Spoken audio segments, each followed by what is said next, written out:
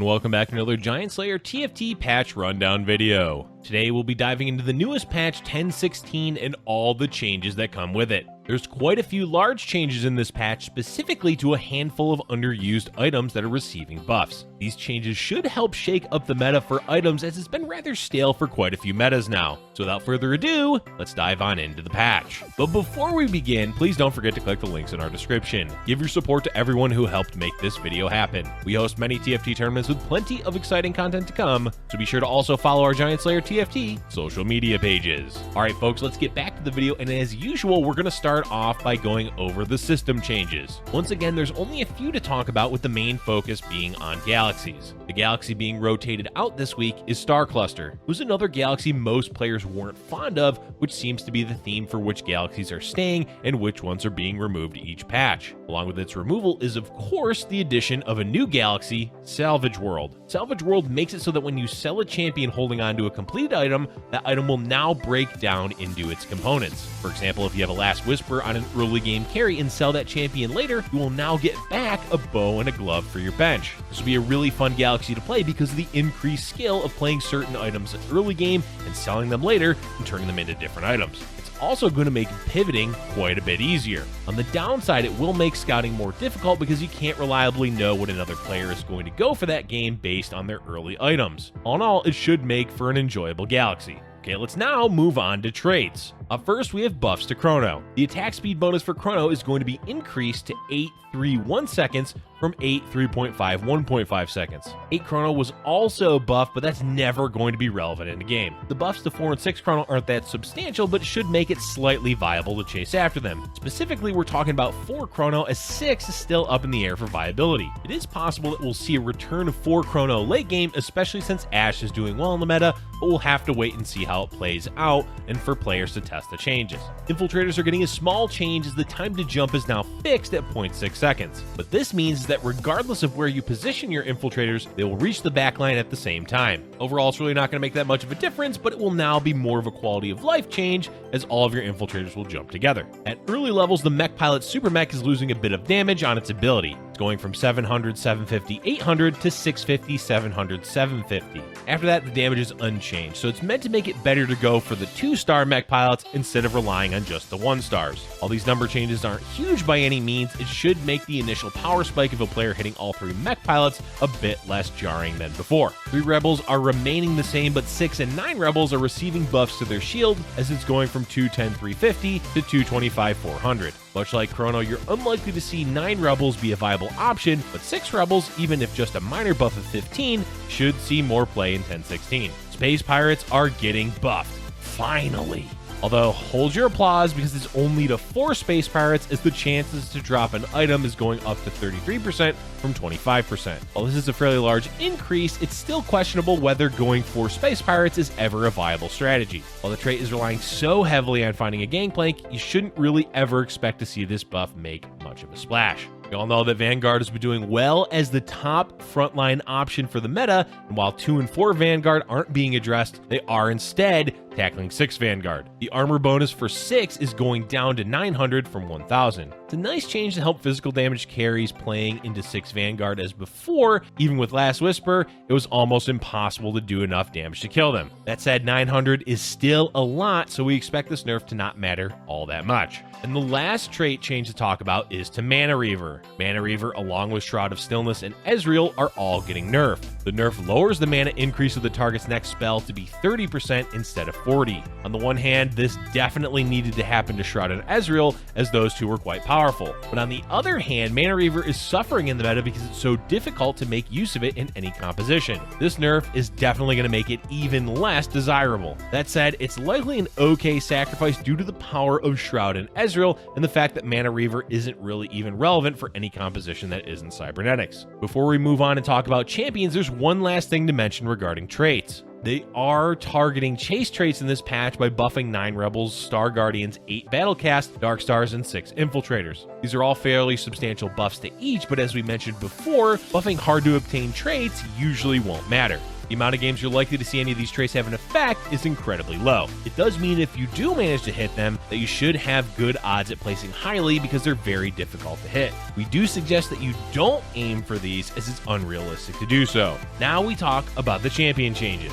We're going to start off by going through each tier and end with the vast amount of buffs to the 3-star champions. Let's begin with 1-cost champions, with the only champion getting a buff being Fiora. Fiora's having her health increased to 500 from 450. A decent change for Fiora, although it probably wasn't necessary as she wasn't exactly a weak champion. She doesn't really scale well later on, but that's the same for a lot of 1-cost champions. Next up, we have the only 2-cost champion getting changed, Zed. Oddly enough, Zed is having his ability buffed as the attack damage steal is going up to 20, 33, 50% from 20, 25, 40%. It's an odd change because Zed is a decent champion in the meta right now. He's been seen as a key aspect to the Master Yi carry compositions and is used in rebel builds with Jinx. Since it's only targeting his ultimate, it shouldn't make him overpowered, but it's definitely a strange buff on a champion that likely didn't need it. Moving on to 3-cost champions, we've got a big nerf to Bard. Bard is having his passive mana from auto-attacking decreased to 5 at tier 1 from 8. While this doesn't sound like a big amount, it does slow down how fast Bard 1 will be able to generate mana, and therefore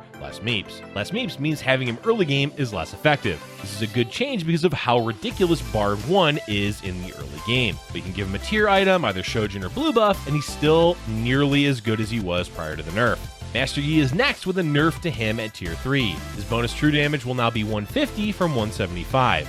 Overall, it's a necessary change as Master Yi 3 is an absolute monster, but with only a 25 damage nerf, it may not be enough to slow him down in 10-16. Next, we have 4-cost champions with Fizz receiving a nerf to his level 1 ability. The damage is going down to 350 from 400. While 50 damage may not seem like a lot, it is an overall good nerf to make him not as good as a 1-star champion. He'll still be strong, it just makes 2-starring him that much more important than before. Unsurprisingly, Jhin is getting a nerf, though it's just to his base attack speed as it's going down to 0.85.9 from 0.9.95. Keep in mind that his damage scales based on his attack speed, so it's going to make him do slightly less damage. He's poised to still be strong in 10-16 and may need additional nerfs in later patches. Jinx is receiving buffs once again with her attack damage going up to 75 from 70. As usual, 5 damage increase seems small, but it can make all the difference for Jinx getting resets for her ability. Along with the rebel buffs, we may see even more Jinx in the new meta.